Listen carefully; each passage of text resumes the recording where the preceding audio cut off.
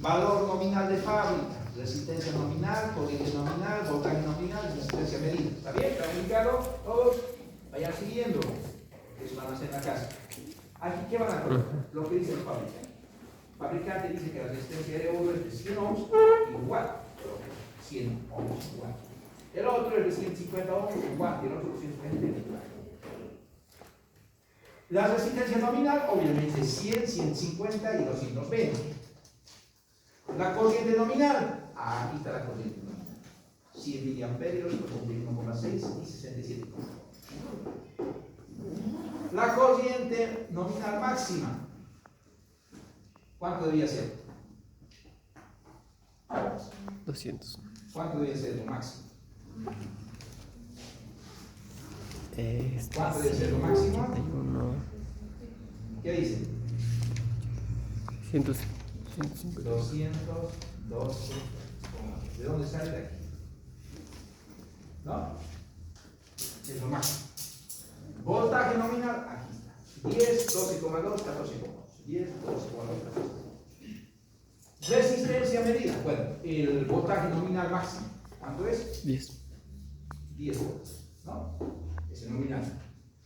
No es el de trabajo. Resistencia medida. Bueno, no hemos medido. Nosotros deberíamos agarrar, igual que la anterior clase, agarrar a cada una de las resistencias, sacar, colocar el ohmímetro y medir su valor de resistencia. Inverso, lo que dice el fabricante siempre. Pero no hemos hecho eso, así que como no hemos hecho eso, asumimos que es lo que dice el fabricante siempre. Es un error que estamos cometiendo, pero no va a ser mucho. Recuerden que la anterior clase, cuando ustedes medir valores de resistencia, lo que decía el fabricante estaba dentro del rango de tolerancia, ¿no? Así que va. Se puede estar diciendo un error de 5 a 10%, de acuerdo al código de color. Ahora, si se fijan aquí abajito, en letra chiquita, dice algo. A ver, ¿qué dice ahí? ¿Dónde? ¿Qué dicen sus días, jóvenes? Eso van a ser ustedes, yo no. Yo por mí les digo, viene la tabla así, y esto cómo se hace, van a decir, no, el próximo jueves en la madrugada. ¿Qué dice? Dice, habla de esto, jóvenes, del 80%. Dice, el valor que va a sacar de estos valores nominales, saque el 80% y asuma un valor de trabajo. Eso dice. Ahí está diciendo, saque estos 160 de aquí, lo que ha salido 200, multiplique por 0,80 por las subidas de tensión y baja de tensión, y va a salir 160. Asuma un valor. ¿De dónde? ¿De dónde? No, 160. Puede ser más 160 ya. Y lo mismo del voltaje, saca el 80%, ¿está bien? Entonces no se trabaja con estos valores, sino primero hay que multiplicar por 80, luego hay que redondearlo a un valor fijo, ¿no? Cuido que saque el 80% y sale. Tiene que colocar la corriente en 22,644 miliamperios. No se puede colocar ese valor, ¿no? O sea, hay que colocar a 22 o a 23 miliamperios, según sea el caso. ¿Está bien? Entonces, de esa manera se llena la tabla 1.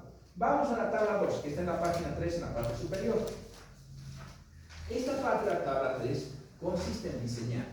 Nosotros esto deberíamos haber hecho antes de hacer la práctica. ¿Ya?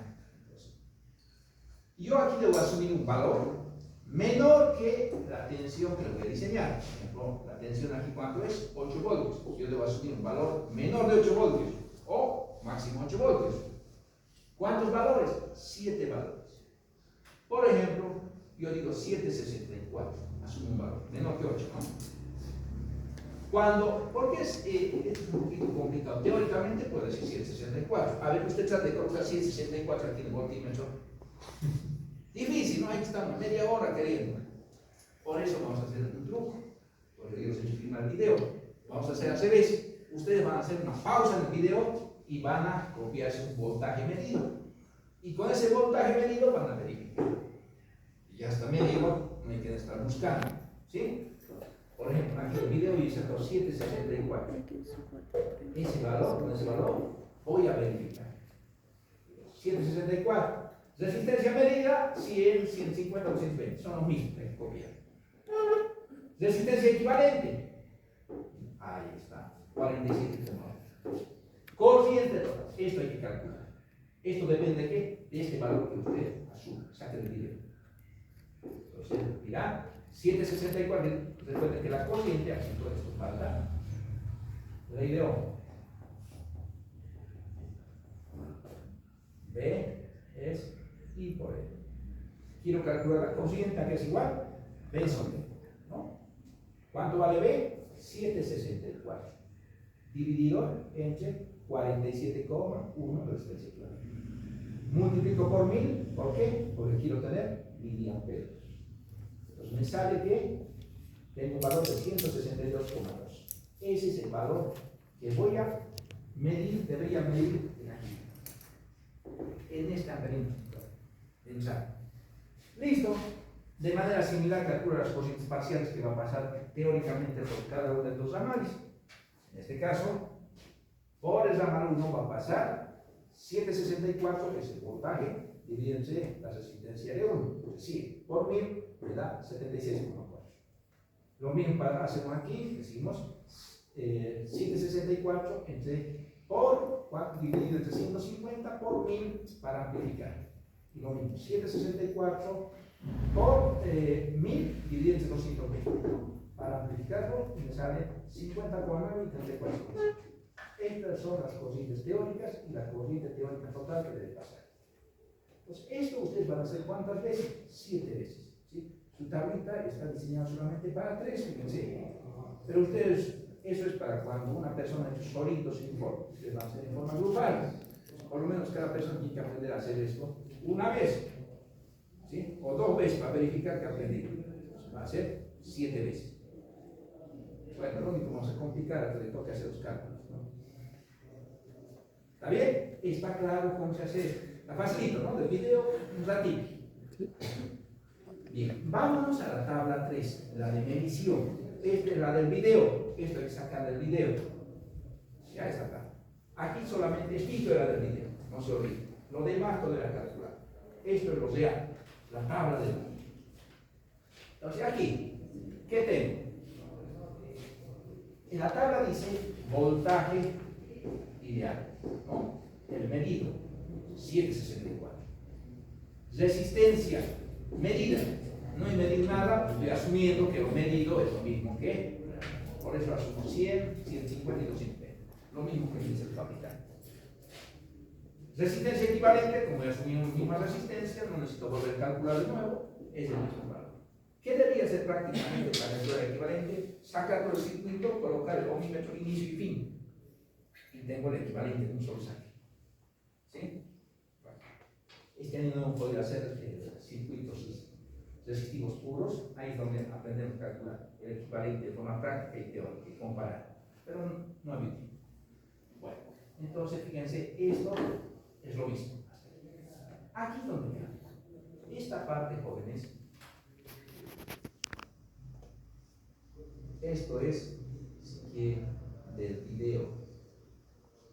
Usen el video ha medido el I total aquí, han grabado el I total. El I total, ¿no? Y ha medido el I1, I2 y 3. Y el voltaje. A ese voltaje corresponde este valor. I total me salió 154,9. En el otro ha perimetrado 71,9, el otro 43,3, 33,2. Fíjense aquí los valores. Teóricamente, fíjense cuánto debería haber pasado de corriente, 162. ¿Cuánto me ha pasado prácticamente? 154. Aquí, por I1 debería pasar teóricamente 76,4. ¿Cuánto ha pasado? 71. Menos, ¿no?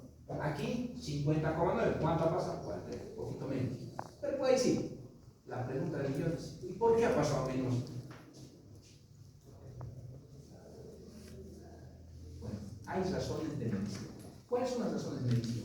Las razones son que cada equipo, por más sensible que sea, tiene su error sistemático. ¿Quién nos dice que es de la 71,9? Podría ser 72 o 71,8. Recuerden, el error es la misma unidad, 0,1. Entonces, en todos, ¿eso hace qué? Ese valor. Segundo, recuerden, en la anterior clase ustedes han determinado la resistividad de los conductores. Si tienen resistividad de los cables, ¿no? Significa que también tienen resistencia. Tienen sección, tienen longitud. Por lo tanto, usted aquí no ha tomado en cuenta la resistencia de los cables. Primer error. Segundo error, la resistencia interna de cada equipo, que están en paralelo, en aquel caso, están en serie, porque cada amperímetro, por más chiquito que sea, tiene una resistencia pequeña, que hay que sumarlo a L3. ¿Está bien? No hemos tomado en cuenta todo ese cablerío. Por lo tanto, eso hace que las resistencias sean más grandes, por lo tanto, obviamente, como es resistencia, mayor resistencia que pasa la corriente real es más chiquita de lo que idealmente se supone. Esa es la razón. Bien. Bien, hasta ahí, fíjense, jóvenes, termina la tabla 3, si se han fijado. ¿Está bien? ¿Qué más hay que hacer? Si se fijan, al final, váyanse ahora al final, antes del cuestionario, hay dos tablitas, seguiditas, chiquititas. Y ahí abajo en letra menuda dice, ¿no? Bueno, debajo de la tabla 3, antes de pasar a eso, en la tabla 3 dice la letra menuda, antes de, vuelvan a esta tabla, por favor. Ahí abajo en la letra menuda dice, verificar, dice, ¿no? ¿Qué hay que verificar? La primera ley de Kirchhoff.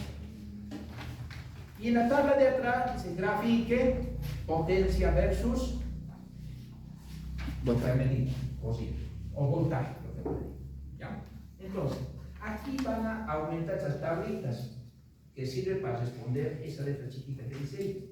Yo quiero verificar, porque hasta aquí no hay verificado nada que ver, estoy medir corrientes, que no se quema, todo eso está bien, pero yo quiero verificar eso.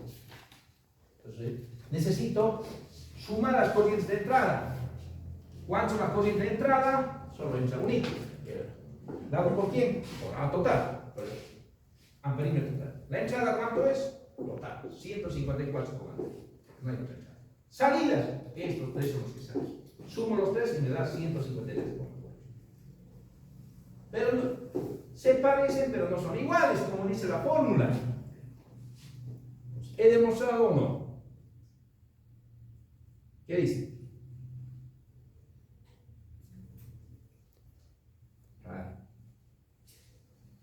Recuerde que dice la anterior clase en la resistencia. Si la resistencia estaba dentro del rango del 5%, estábamos felices. Del 10% también, no tanto, pero si estaba fuera, decían no cumple, si no sirve para mí. Entonces, en este caso, si bien no cumple, ¿no? Directamente, pero está dentro del rango. ¿Cómo sabemos? Si está dentro del rango, hay que calcular el porcentaje de error. ¿Cómo calculamos eso? Decimos el valor mayor de estos dos menos el valor menor dividido entre el valor máximo por 100. 154,9 menos 153,4 dividido entre 174,9 por 100. Eso me da un valor de 0,96. Si con 5% estaba contento, con 0,9%, con 1% estoy feliz. Si bien no he demostrado directamente, se puede decir, jóvenes, que se cumple la primera ley de Kirchhoff, porque está dentro del rango de tolerancia. ¿Está bien? Esto que acabo de hacer, jóvenes, bueno, sigamos aquí. ¿Qué más dice al final? Dice, grafique usted potencia disipada versus voltaje. Recuerden, para 764, para este voltaje, usted va a tener tres potencias. La potencia disipada por la resistencia R1, potencia disipada por E2 y potencia disipada por E3. Para eso usted va a usar la fórmula potencia es igual a I cuadrado por L. ¿Por qué? Porque usted va a medir corriente de cada ramal.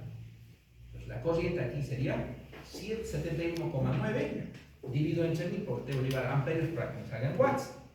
Elevo todo al cuadrado por la resistencia que vale 100. Y me sale 0,52. Es la segunda corriente, 48,3 dividido entre 1000 para llevarlo a amperios, todo elevo al cuadrado, multiplico por la resistencia de 150 y me sale 0,35 watts. Para 3, 33,2 miliamperios dividido entre 1000 para llevarlo a amperios, todo elevo al cuadrado, de acuerdo a la fórmula, multiplico por la resistencia de 3 que vale 220 ohmios y me sale 0,24 watts. Bien, ya tengo las potencias disipadas por cada una de las resistencias. Cuando someto a esta tensión, hago un gráfico, potencia, voltaje, Para 764 tengo 1, 2, 3 valores de potencia.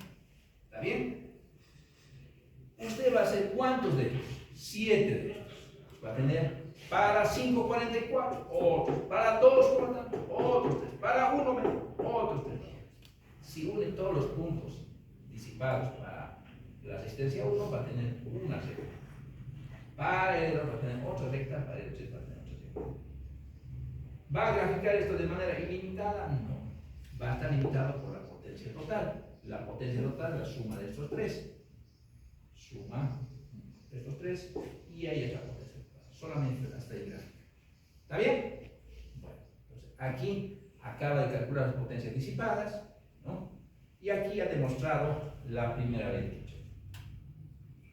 En eso consiste la primera parte de la práctica. ¿Está claro? ¿Sí? Muy bien.